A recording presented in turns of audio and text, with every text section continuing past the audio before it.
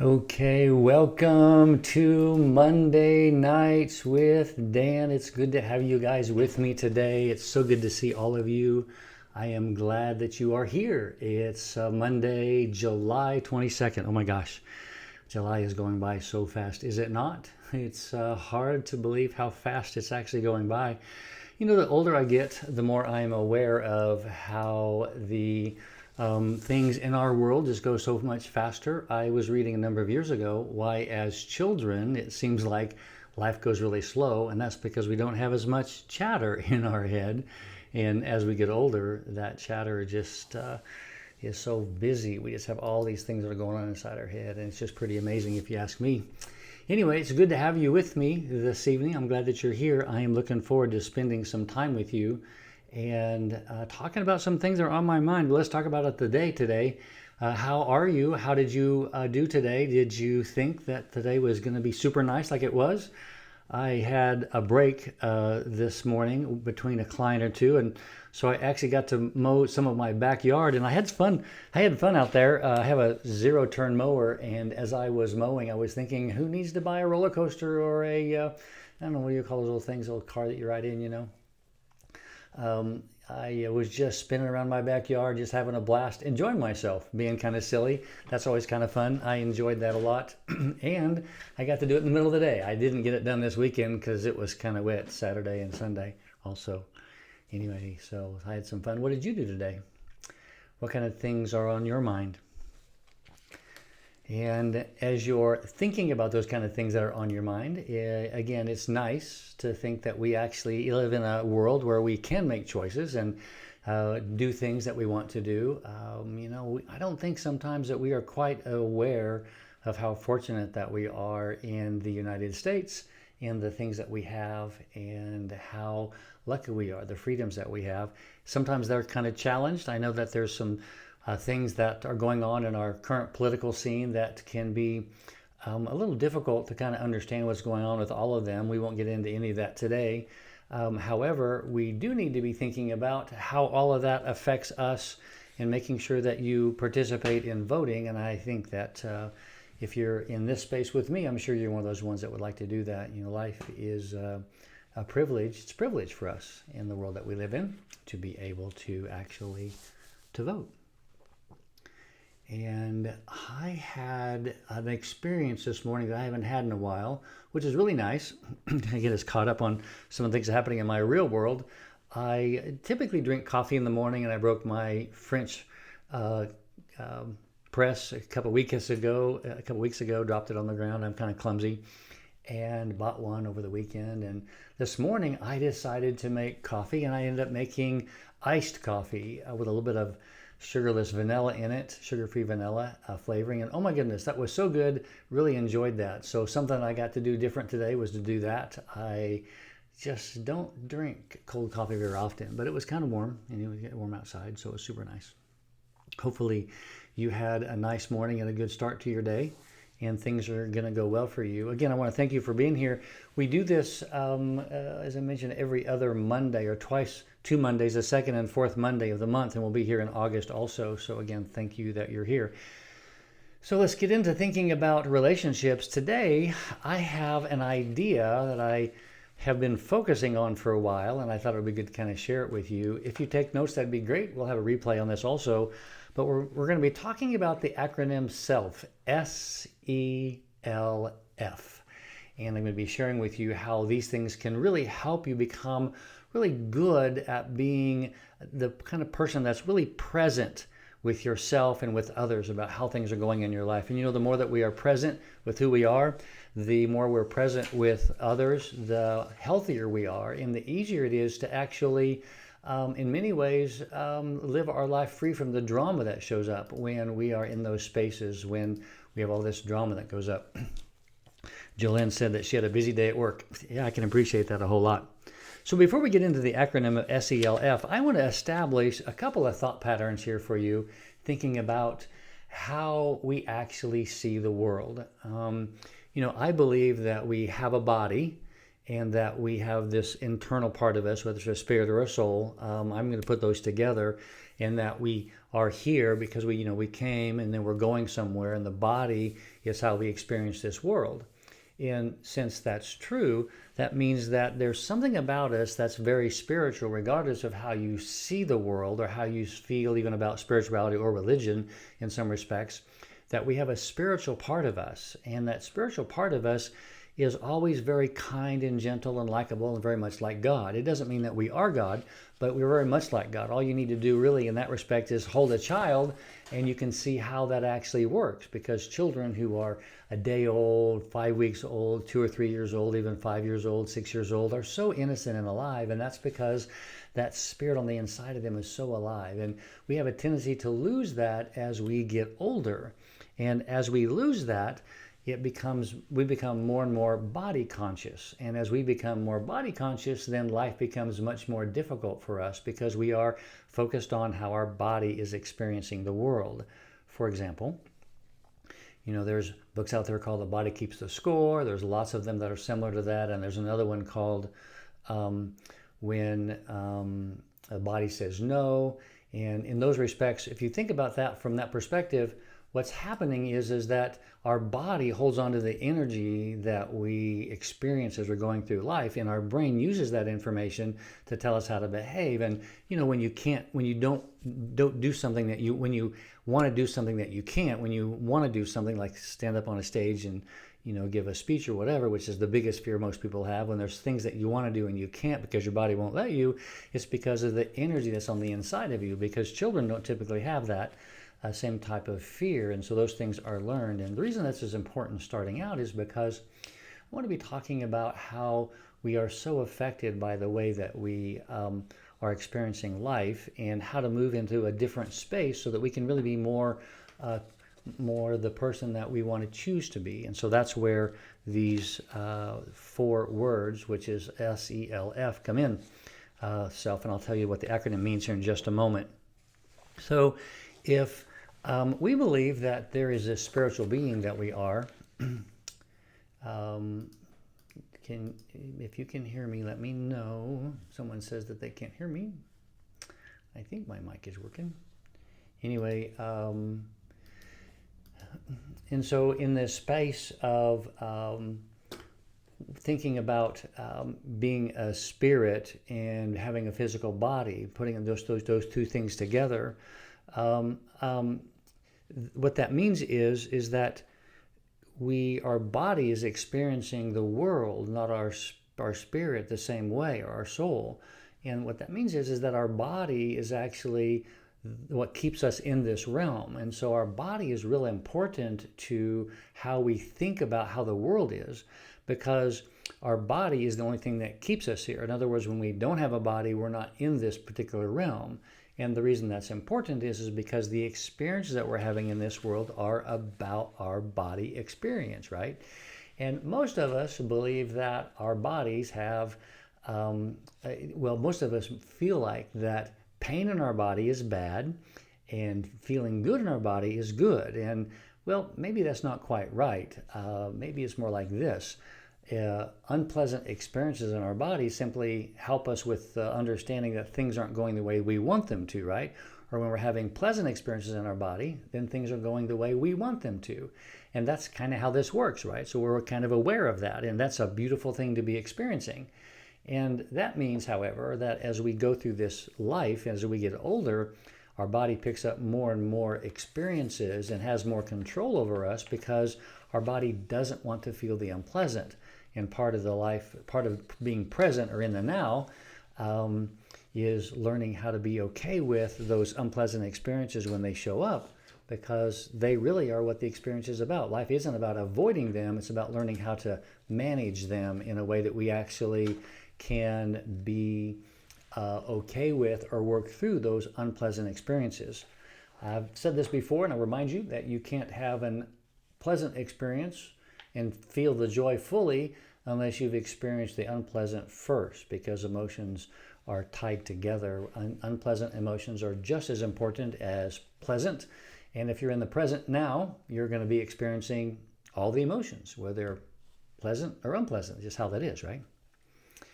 All right, so back to the wonderful world of the acronym called S.E.L.F. Now, I believe that we have a responsibility to become our best self. And these are four ways of getting there. And the first way is called self-awareness. Self-awareness means that I'm aware of what's happening to me. I'm aware about what I'm thinking about. I'm aware of what I'm experiencing. I'm aware of what my body is doing. I'm aware of how I'm thinking.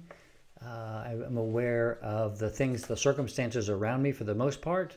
And when I'm aware, that means that I'm very conscious of what's happening inside me, right? I'm just aware of it. For example, I was talking with a young lady today, and we were talking about becoming body aware, and one of her assignments was to suck on a sour sucker. And when you do that, you have all this, like, you can think about biting on a lemon even as I'm mentioning it, right? And when you bite on a lemon, you go like, ugh, you can even feel it as I'm mentioning it, right? So when we become body aware, right, we're very conscious of what our body is doing.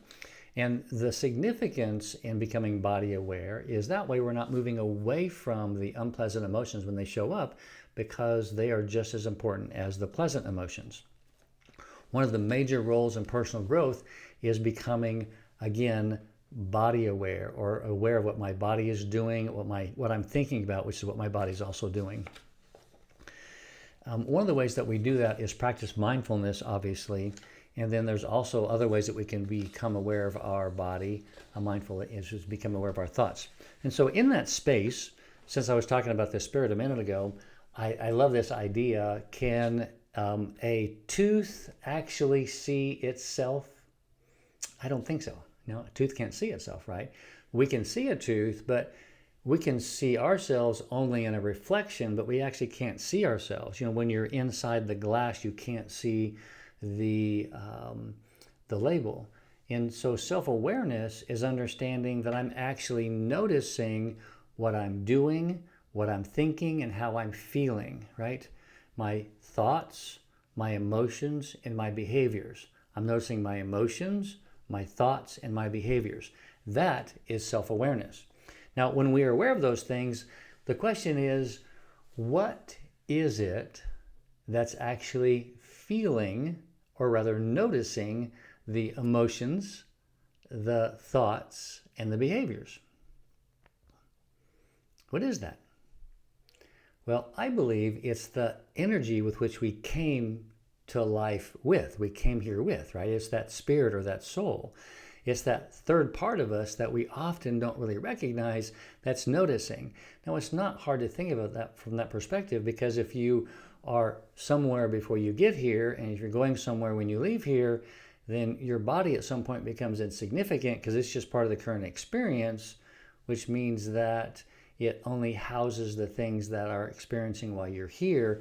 But you notice the super part of you, or that spirit part of you, and that's what self-awareness is about, is becoming aware of what it is that you're actually noticing. So if we are becoming self-aware of what my thoughts are, if I become aware of what my emotions are, or if I become aware of what my body is doing, then I can change anything that I become aware of.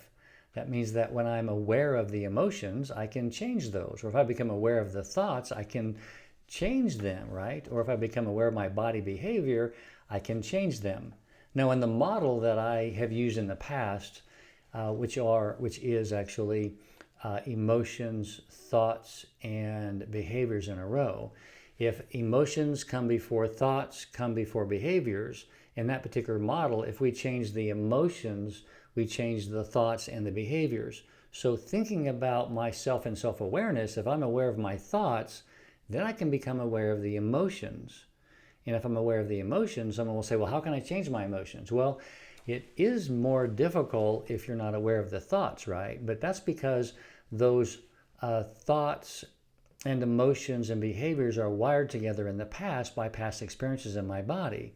And so there's things that we can do to focus on that. Right now we're talking about just becoming aware of them.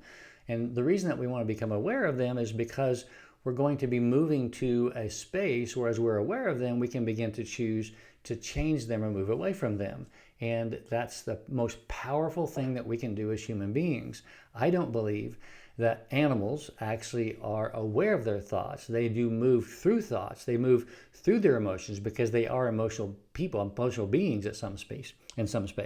Even I was reading this again the other day. I find this fascinating that even single cell amoebas, which have only one cell in them, will move away from pain. Wow.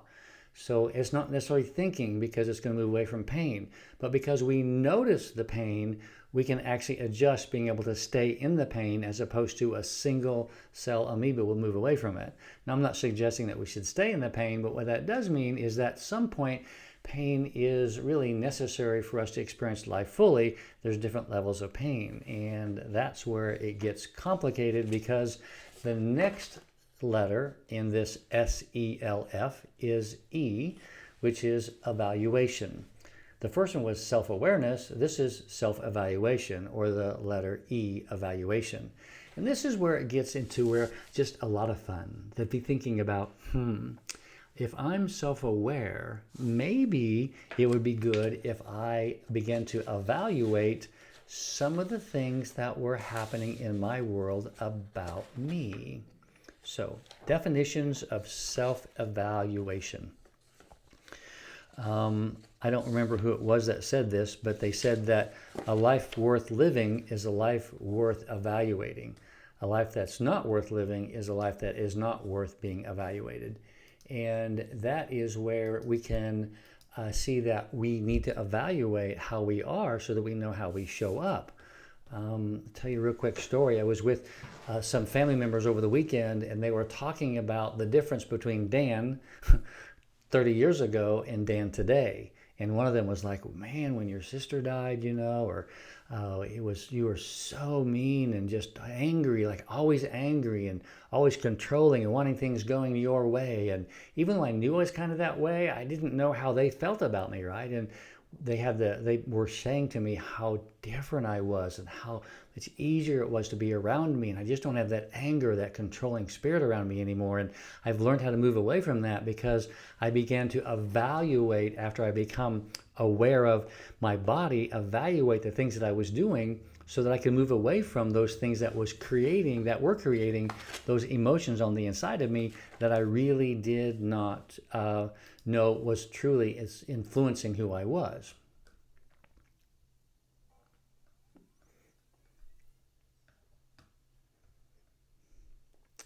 All right, so we're looking for something here real quick to kind of validate where I'm talking about here, because I want to ask some questions for you or of you, thinking about when we are self-evaluating. When you're thinking about self-evaluation can be difficult because it's kind of like self-assessment, like thinking about, instead of saying like, why am I doing that? It's thinking about, okay, so if I'm doing this, then there's something that's not why, but there's something that's influencing that.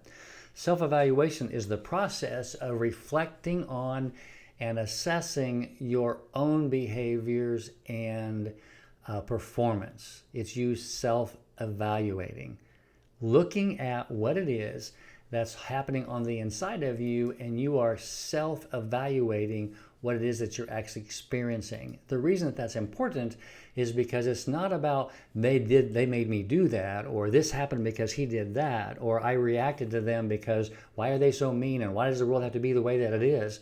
It's not like how we are blaming and or the victim or whatever that stuff is that's happening in the world. It's like we actually are evaluating how we're showing up in what we're actually doing in the world, what our performance is like and what our behaviors are like. It's understanding that we can actually, I had this discussion today again about things like forgiveness or self-love, and it's really hard to think about how I can forgive because things hurt so much, where that pain isn't in my spirit, that pain is in my body, right?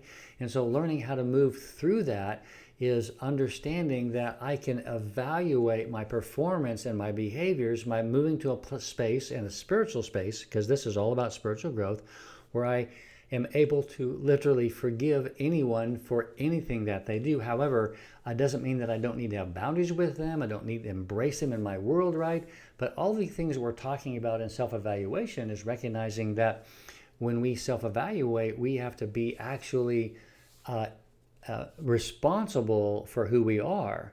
We are responsible for who we are as we show up in the world. In other words, how you show up is who you are.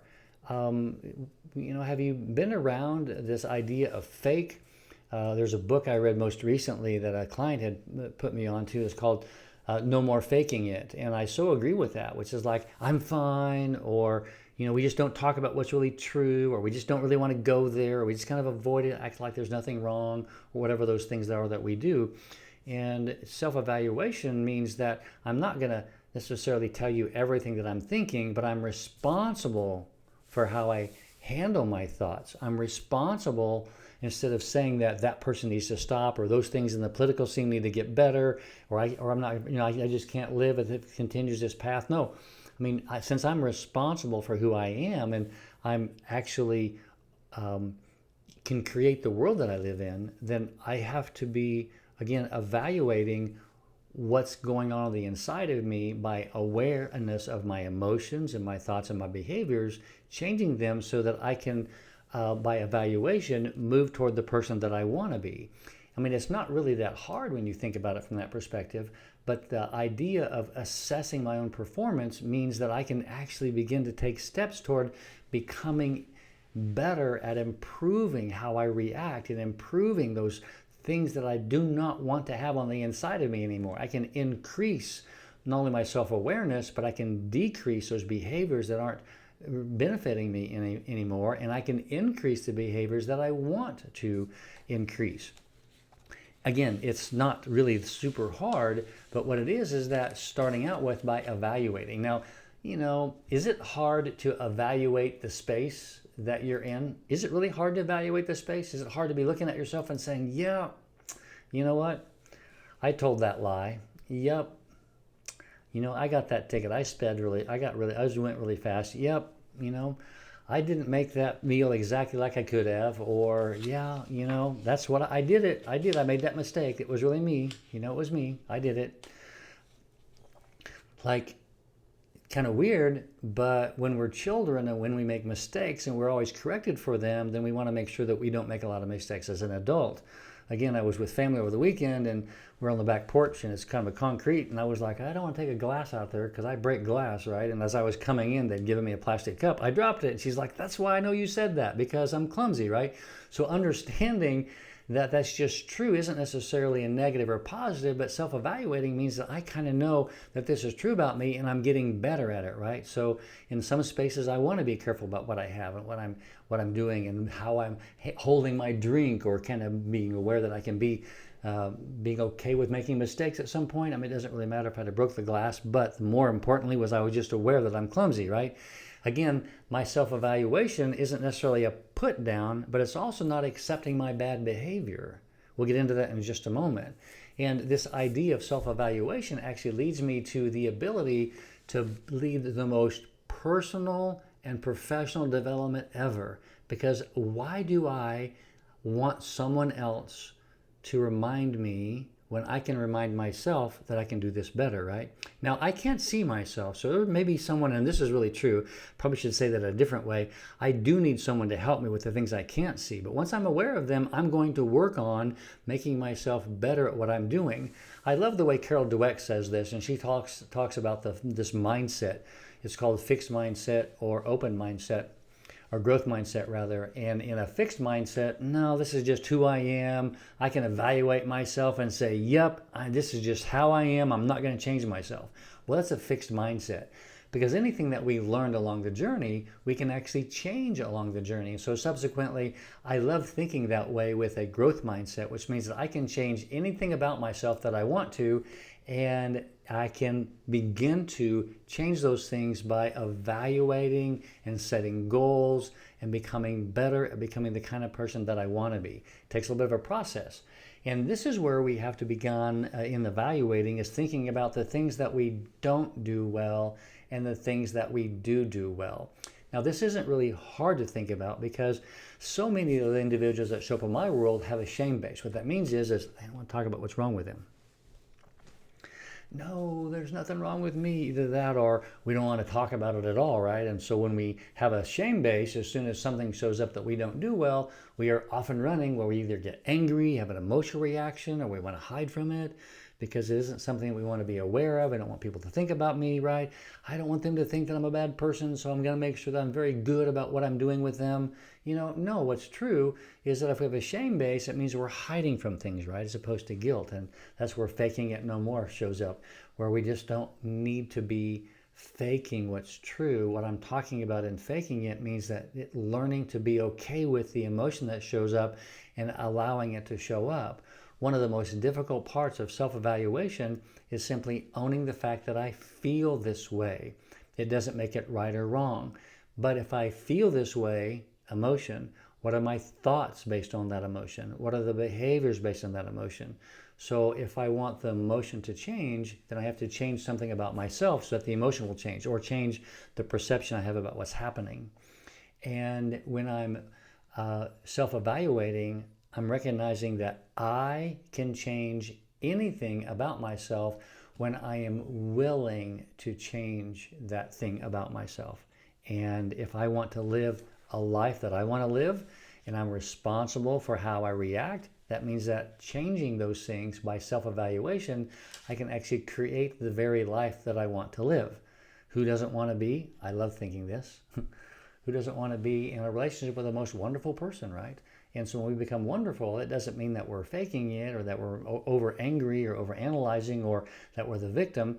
It simply means that we are kind and gentle, but also means that we're firm. Also means that we have a good yes and a good no, and that we are not overly caring for others. We're not putting ourselves down either, but we're actually having boundaries and understand the fact that since we create our world, sometimes someone in a relationship with us, whether it's the person at the grocery store or someone that we're buying a vehicle from or someone that we just you are in an intimate relationship with, or even children or friends, sometimes we're doing things that they think are selfish, when in reality, it's just what's best for me, and they just don't like it, right? So in that respect, if I'm self-evaluating, I'm recognizing that I'm not harming them intentionally, but if they don't like what's happening, it's really not me, it's them, because I'm just doing something that I want to do. Like maybe I don't want to go to that particular restaurant, or maybe I don't want to go out to eat with you, or maybe I want to mow the yard tomorrow instead of today, or maybe whatever those things are that they want you to do and they don't like the way you're doing them. It's because you have a different choice, as long as it's not actually harming the relationship,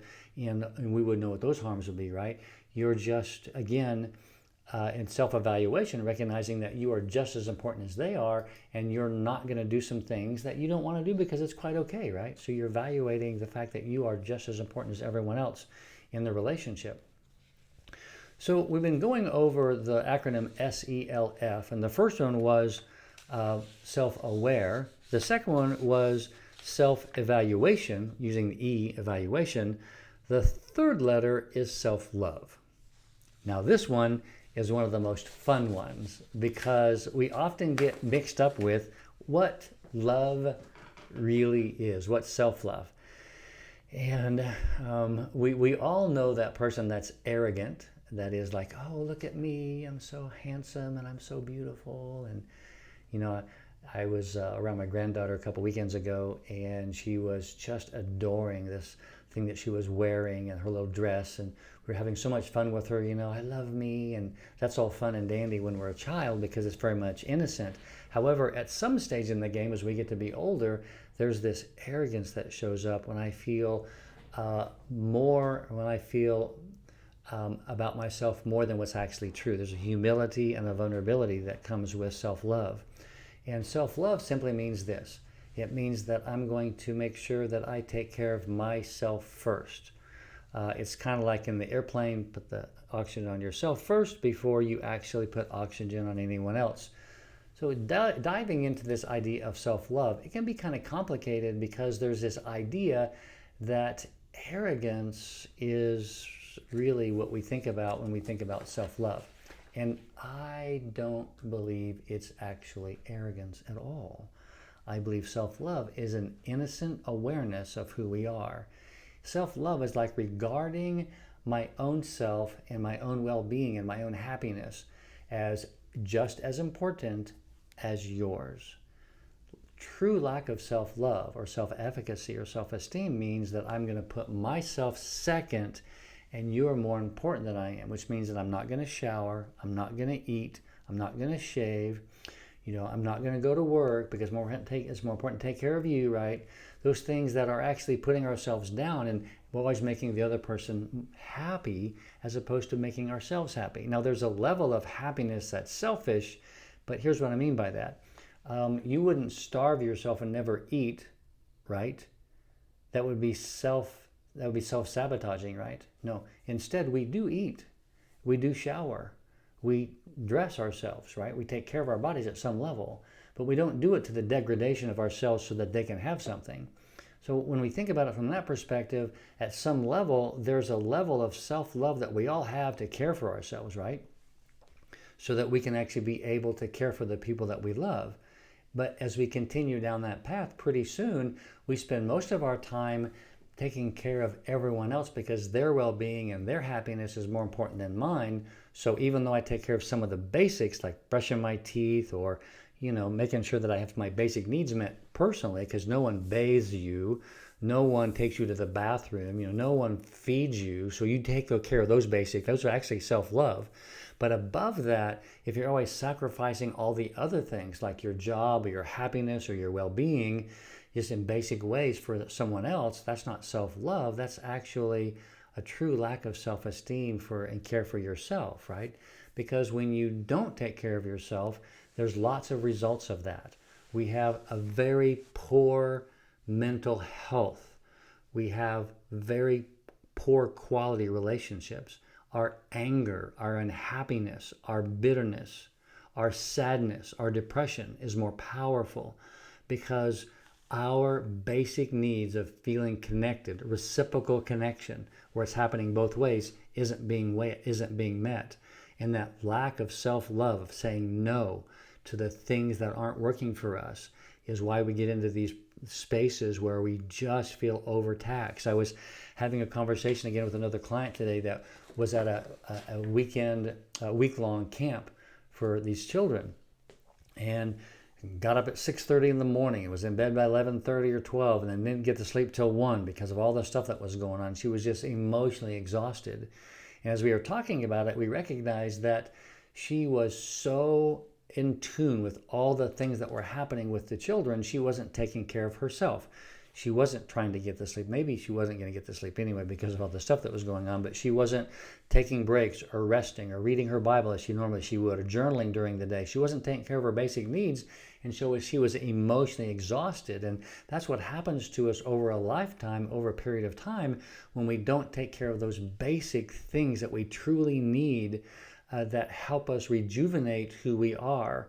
Like this afternoon, again, I said I had a break earlier, mowed a little bit of the yard because I had a chance to get some of it mowed that I didn't get mowed yesterday. But also I sat on my back porch and just listened to the birds and drank a little of some water and ate a snack. And I was just enjoying being outside and being refreshed and not doing, and my phone wasn't even with me. I was outside and I actually had to look for my phone because I forgot where I laid it down because I didn't want to have it with me, right? And that is what we call self-love, because it improves the quality of how you show up. Self-love means it improves the quality of who you are on that journey, that you're improving how you are on the inside. And that makes better relationships from your perspective, because then you're more kind, you're more gentle, you're more loving, you're better at taking care of, like saying no and always saying yes, or you're better at saying yes to the things that you want to do because you want to be with them, because you're not so exhausted or you don't feel like life is always about you. When we have lack of self-love and life is never about you, it's so hard. It can be really hard when you feel like life is never about you. And this is a hard corner to turn. And one of the reasons this can be important because lack of self-love to talk about is because, again, thinking about the experiences that we have early on as we are going through life, whoever it is that impacted our lives as we are going through these early stages of development, we often, as young people, decide that it's more important to make others happy, because when those people who are raising us are happy, we have less stress in our world. And that's kind of the downside to always pleasing the parent that raised you. And that's a concept here. So self-love is recognizing that, we don't always have to meet the other person's need. Now, in that, actually, sometimes as we get older, we see a person who doesn't care about the other person anymore because their parents were selfish, so they're going to be selfish as an adult, and sometimes that happens also. So self-love is understanding the balance here, that you are getting your needs met as much as the other person is getting their needs met also. One of the components of self-love is called compassion. And compassion simply means that you recognize that you are going to make mistakes and you give yourself room. I dropped the glass and it broke. You give yourself room for mistakes, but you don't beat yourself up for it with shame. You don't go into that space where, oh my gosh, I'm such a bad person. And this isn't a hard stage to get into, but if we don't learn early on in brain development and child development how to really have compassion for ourselves and love the fact that we're infallible and we're going to make mistakes. If we haven't learned that, then it's really hard to do positive affirmations. It's hard to ask for compliments and to feel our self-esteem because it's like we're always making mistakes and always trying to please someone else other than ourselves. And that can be a very, very hard space to be in. So self-affirmations don't work if you don't do the work of learning how to love yourself first, because the reason that self-affirmations don't work is they feel like a lie. I'm not really that good, I'm not good at that. I'm just not. I know it's true. Yes, you are. I can do this. I can do this. I can do it. I promise I can. And then oh, but I'm not that good enough, right? So self-affirmations don't work if we can't, first of all, own the fact that we're infallible and owning the fact that we make mistakes. And it's okay. That's what compassion is about. It's okay not to be perfect. It's okay not to dress just to the nines every time you go out, or to always put makeup on, or to always feel like you have to be just perfect in every way, Like when someone's driving their vehicle and they have a tendency to kind of get into your lane a little bit, they're just doing the best they can. Maybe they're not paying attention, but it's okay to be kind to them, to be kind to yourself. Sometimes, when you run off the road because you shouldn't have looked at your phone, but you did, be kind to yourself and oh, I shouldn't be that way. No, I did that, but I can get better, right? So when you go to your shame, that's when we really get into trouble, when we're thinking about what it is that self-love actually is. Another part of self-love is noticing how critical we are of ourselves. And that is the language that we say to ourselves. I know that in the past, I've been very self-critical. Self-aware is aware that I'm typically clumsy, but it doesn't mean that I break everything that I put my hands on, No, that's being self-critical, as opposed to I'm just careful and I'm aware that if there's an opportunity, I'm going to try to avoid it, right? But if I do break the glass or drop the French press and it breaks, then I'm not okay with the fact that it broke. And I'm not happy that it did break or that I dropped it. I'm just understanding that mistakes happen and I give myself some room and some compassion. I'm not super negative about, oh my gosh, I always do that. This is how I always am. No, I'm oh, check that out.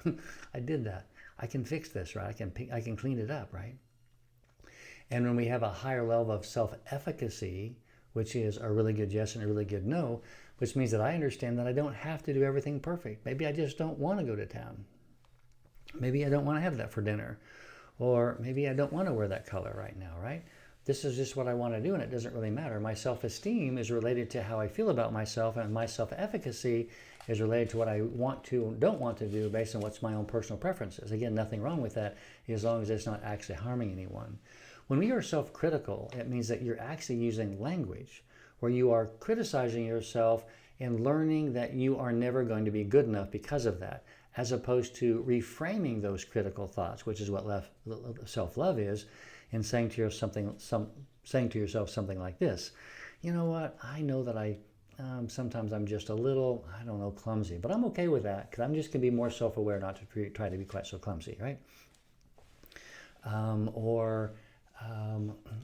Instead of asking myself, why do I always do that?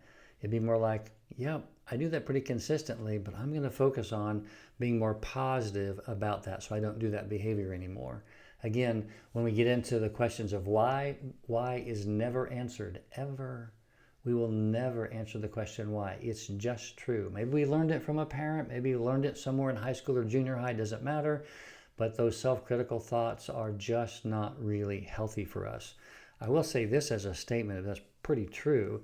The words that you say to yourself are words that you experienced early on in brain development. So typically those are words that someone imprinted on us going forward. And so we can rewire those, because 3-year-olds don't have negative thoughts about themselves, because those are things that we learned as we went along the journey.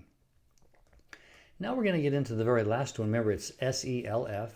S.E.L.F. is the acronym. And the first one was self-awareness. The second one was self-evaluation. The third one was self-love, the L. And the last one, we're going to call it self-control, but we're going to use the F, and we're going to call it flexibility. Learning to be flexible. What does that mean? That can be really, really difficult, right? The reason that flexible is important is because that means that, let me get this out of the way here real quick. When we are flexible, that means that we are not in control of everything. It means that we don't have to do it our way. You know, I'll tell you a really interesting story about me, and I've said this to you before. Years ago, back in the early 90s, I was heavily involved in the homeless population, and I had managed I was the president of the Homeless Coalition for a while, and we were feeding the homeless in the streets, and every Thursday we would go out Thursday afternoon at 4 o'clock and feed them. And one time we as a group in the church that I was working with were going to have a meal at the Salvation Army, and that Wednesday before, I got there kind of early in the afternoon, and they were setting up the tables in this big auditorium at the Salvation Army, and the captain wasn't there yet. And so as people were as the workers were starting to set up the tables, I was telling them where I thought the tables should go. And I was, being very controlling and just like pushing and saying this is where they should go and that's where they should go. And the captain showed up, and everyone's looking at him and me.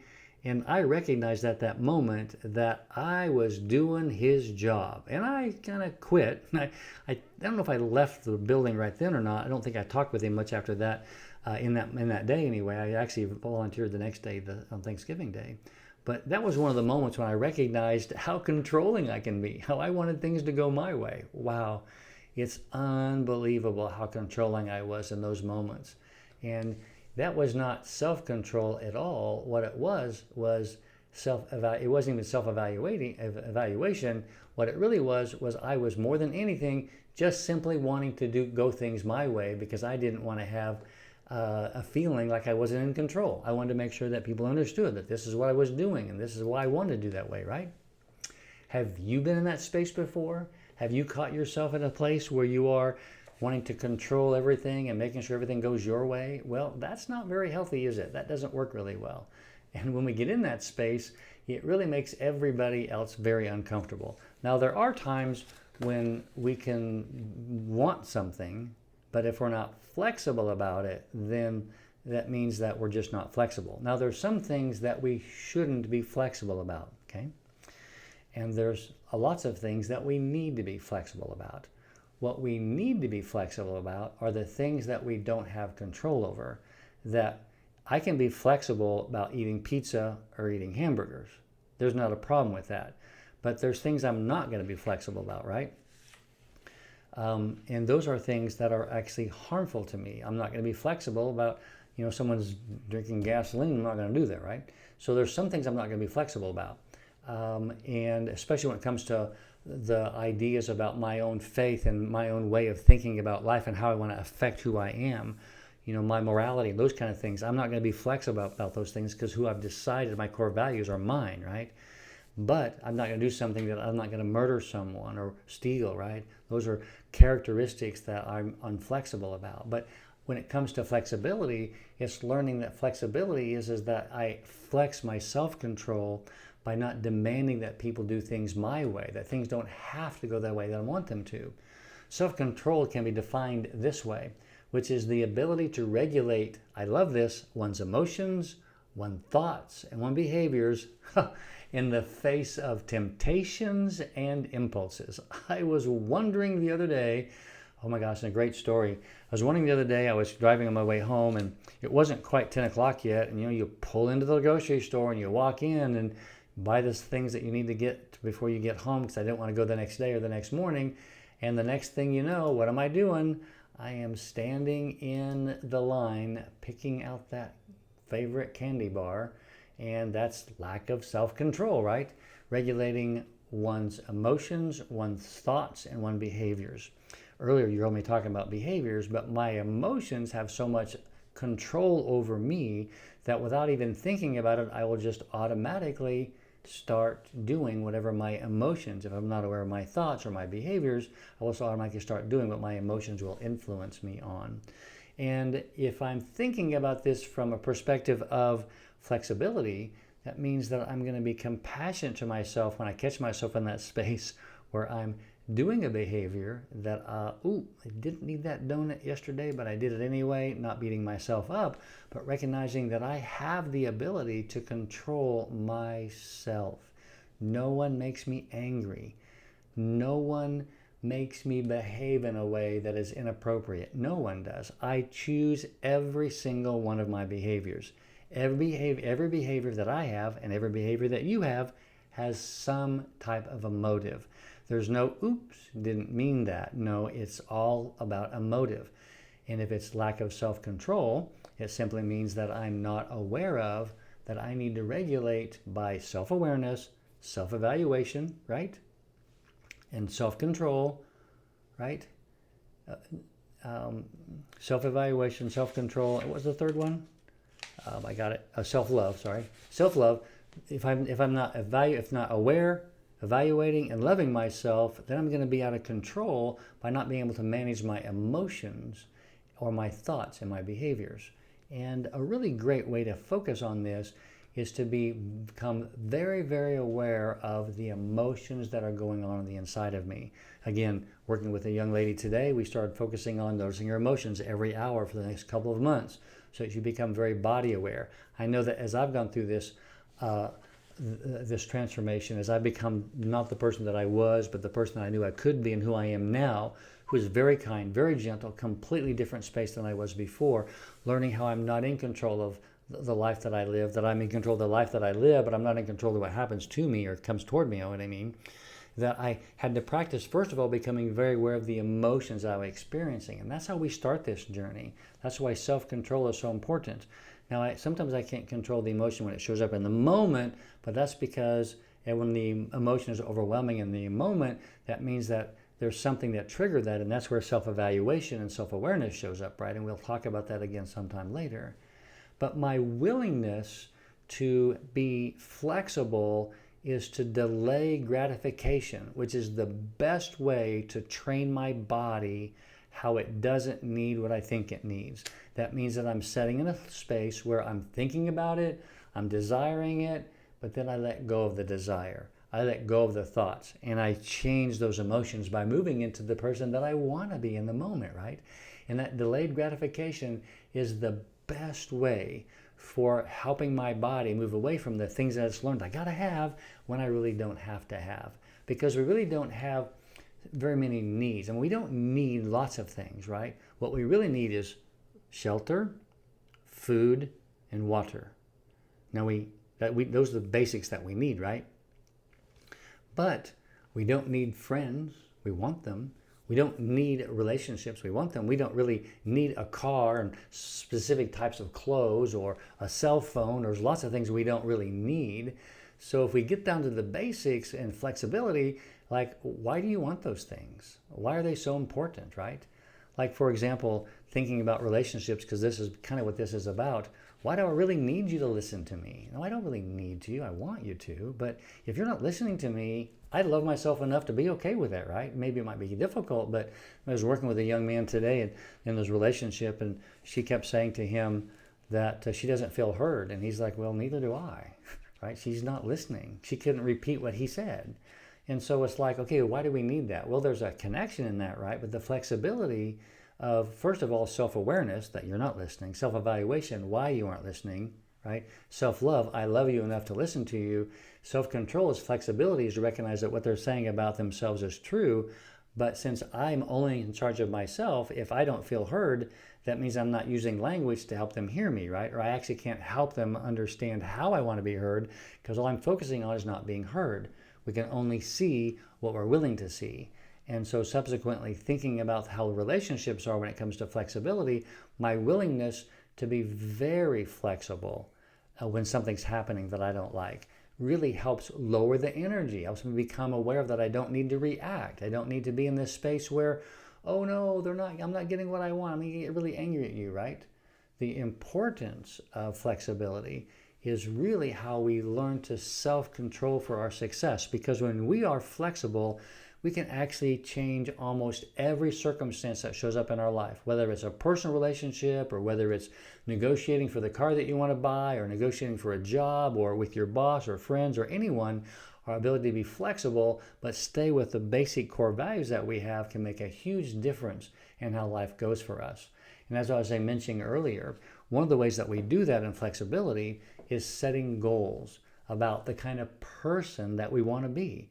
Like I started deciding years ago that I was going to be one of the most kind, gentle, loving, quality therapists or life coaches that you've ever seen.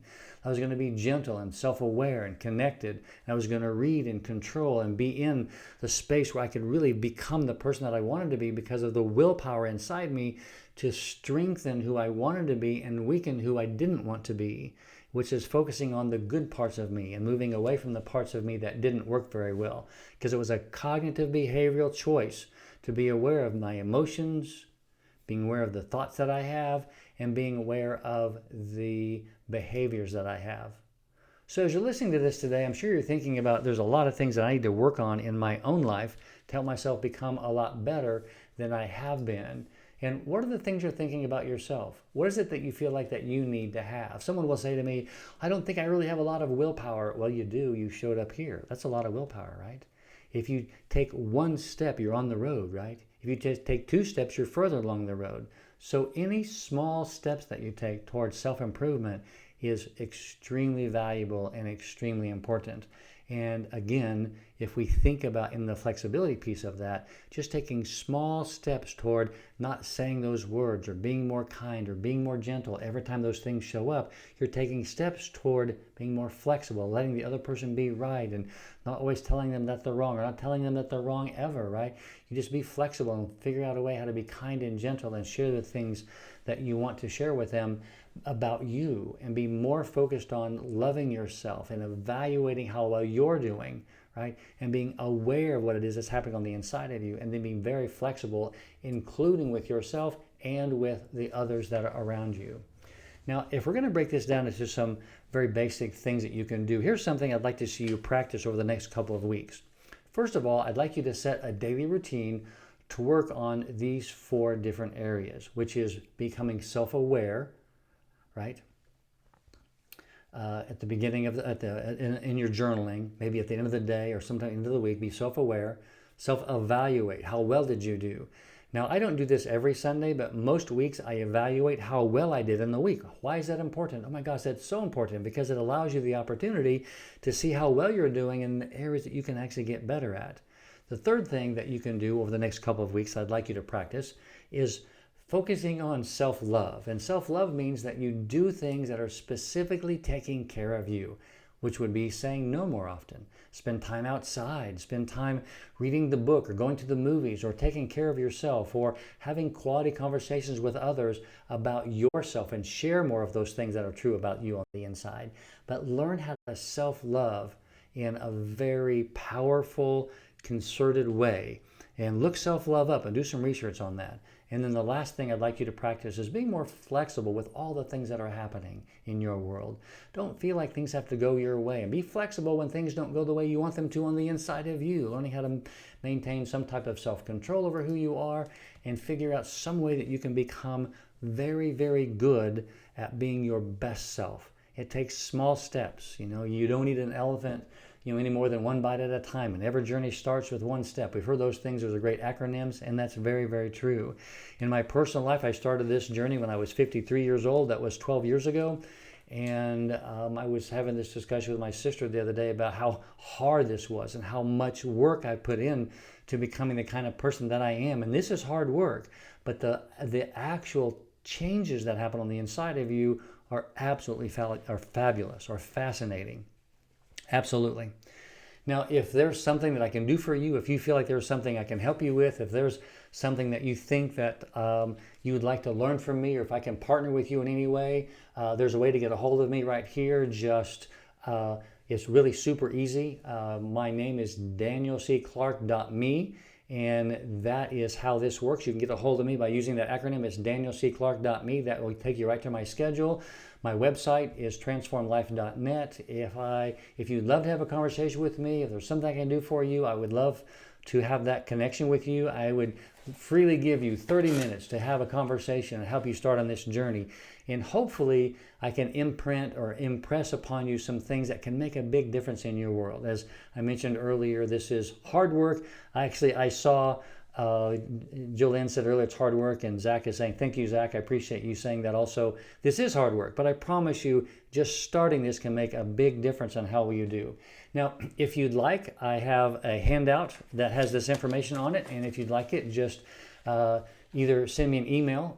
My name is danielcclark@gmail.com, and I'll get this to you, and refer to the webinar that we did on July 22nd in 2024. And saying all that, I have deeply appreciated being with all of you this evening. It's always my joy and my great honor to have you with me. And we'll be doing this again the second Monday of August. And you'll have an absolute rest of the evening and the rest of the next couple of weeks. And I love you very much, and I will see you soon.